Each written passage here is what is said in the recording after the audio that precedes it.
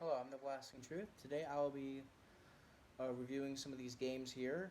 Um, yeah, I have a whole stack of games here. I will be reviewing them one by one, giving them a rating of 1 out of 10.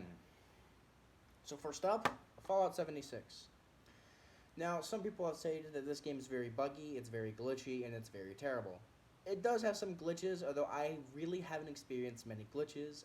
As far as I can tell, and as far as I have played, which I have played it quite a bit, it was a very fun game. The game, of course, takes place in West Virginia, where bombs have fallen.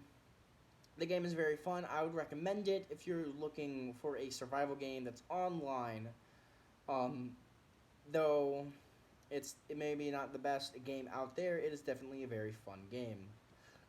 I would rate this game 8 out of 10. Or actually, yeah, 8 out of 10. Inside and Limbo. This is a combo duo. I'll be reviewing each one separately. Limbo, you're playing as a small boy looking for your sister in Limbo, or at least the boy has entered Limbo. It is a fun style game, 2D puzzle based game, and so the game is very fun, but it is very simplistic. It is a one time experience, so it can be replayed again to get all the achievements and find secrets within the game. I rate Limbo a 6 out of 10. Inside, however, is much more 3D, though still taking a much, though still being in the 2D format of which you can go and interact with. The game, you play as a boy again, though surprisingly taller, entering into a dark facility where you uncover a dark experiment. I would rate this game a 6 out of 10 as well. We Happy Few. I have not beat the entire game, though what I've seen and heard of it, all the characters are generally the same, though with a few exceptional different perks. You play as 3 characters throughout the game: Arthur, Sally, and I forget the third guy's name. But he's Scottish, I think. The game's pretty fun. Is a survival game. Um, you know, though you do not have to eat or drink to survive, though it is an element within the game. The game is pretty fun, though I have experienced many bugs with this game, which have delayed me from playing it that much. It is still a game of which I want to complete, though because of the length of it and the fact of the bugs that frequently occur, I have not beat it yet. I rate this game a 7 out of 10. Oblivion.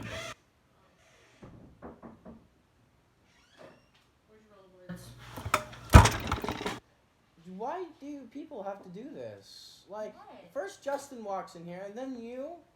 Justin wants your own blade. Oh my goodness! Why did you just? Okay, Oblivion. Oblivion takes place in the world of Tamriel. I forget exactly where, but pretty much it takes place in Tamriel. You play as an escapee, and you pretty much help the Emperor's son. I forget his name. To help fight off the Oblivion Crisis. This is the predecessor to Skyrim and the sequel to Morrowind. This game is fairly fun, and this version has all the DLC, which I have not played the DLC yet, but this game is pretty fun.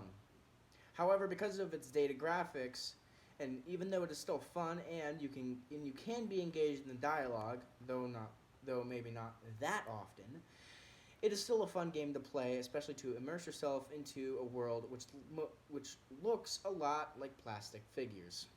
I rate this game a 6.5 out of 10. Fallout 3. Fallout 3 is a fairly fun game. It is much more interesting than Oblivion in its characters and the story. It is a game of which has been praised and criticized because of its lack of Obsidian within working with it. Though Obsidian did kind of work with this title, they did not work as much. They were not the ones who created this game entirely. Though it is a fun game and made by Bethesda, I have not experienced many glitches with it, mostly because these are all Xbox games. The game is very fun, and I would rate it a 7 out of 10. Lego Worlds. Lego Worlds is a sandbox game. I have not beaten the vanilla game yet, though I have used the sandbox feature quite a lot. It is a fun game to play, especially if you don't know what to do, and you feel like just wasting time building Legos in a virtual world. I rate this game a 5.5 out of 10. The Outer Worlds. This game was made by Obsidian, who were the original creators of Fallout. You see, this game is very interesting because it is much like Fallout 3 in many, many regards. The gameplay is fun, so sometimes I have found that the combat, especially sometimes the jumping movements, can be very wonky at times. However, the game is excellent, and I would recommend, for a one-time experience at the very least, that it is definitely worth a buy. However, this game, to me at least, has much, much replayability. It is a game of which I can play over and over again without getting bored. Or at least, without getting bored too much. This game is fun, and I would rate it a 9.5 out of 10. Minecraft. Xbox One Edition. This version of Minecraft is pretty much useless now, though it is still fun to go back and try to get all the achievements. I have not done so yet, though I do plan to do it.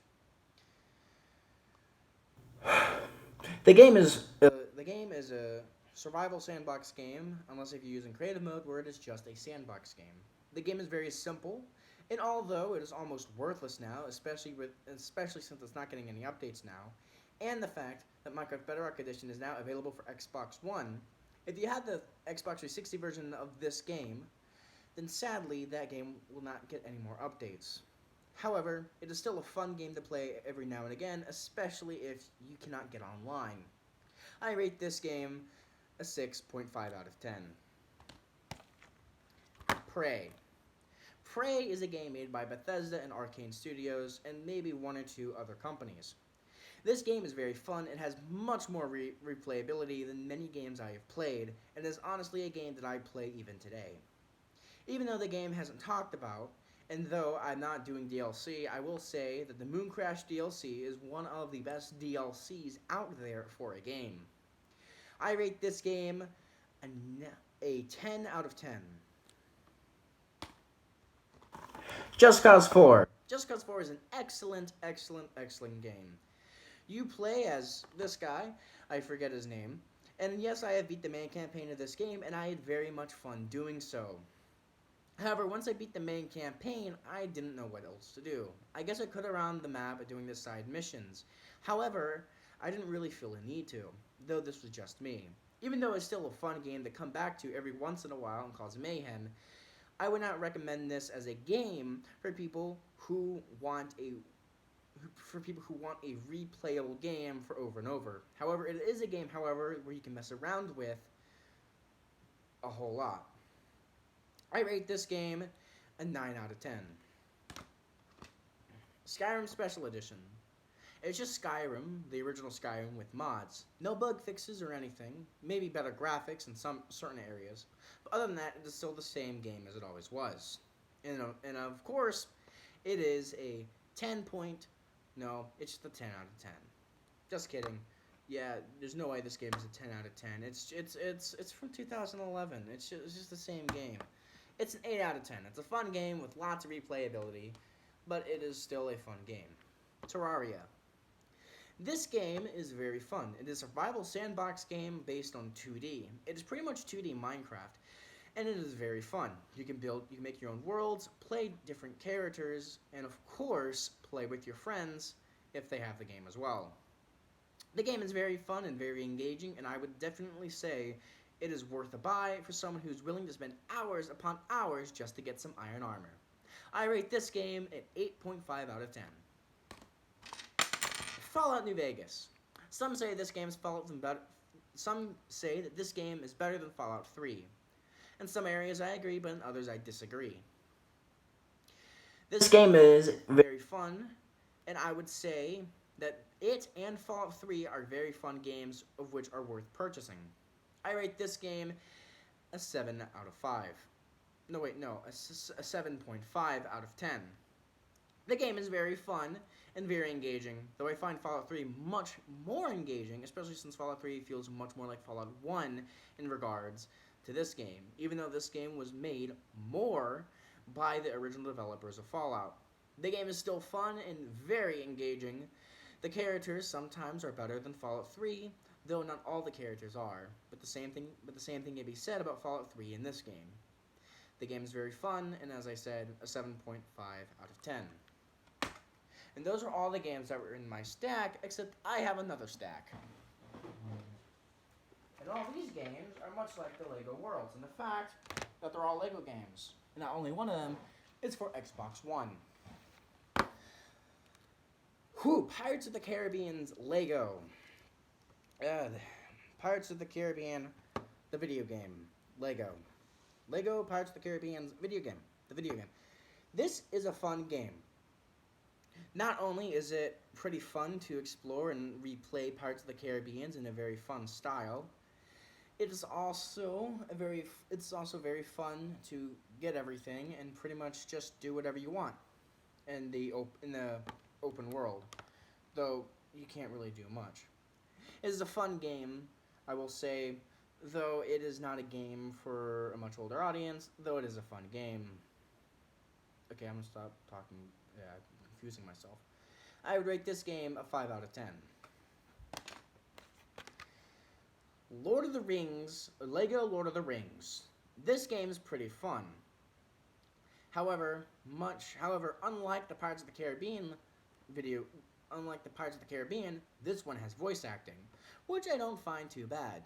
The game's fun, it has an open world, and it can be engaging to run around and wander around Mordor in your own little LEGO figures. It's a fun game to play, and I would say it is worth a buy if you're very lonely during this quarantine. However, I wouldn't buy it if it's more than $12. I rate this game a 5.5 out of 10. LEGO Marvel Superheroes. I actually got close to getting 100% in this game with my sister. However, my account got locked. I don't remember the password, so I had to create a new one. So I haven't played it since. However, it is still a fun game with an open world and character customization, much like the two other LEGO games. It's very interesting to see Marvel and even certain characters from the movie of the Marvel games. It's very fun, it's very creative, and I would say it is very fun.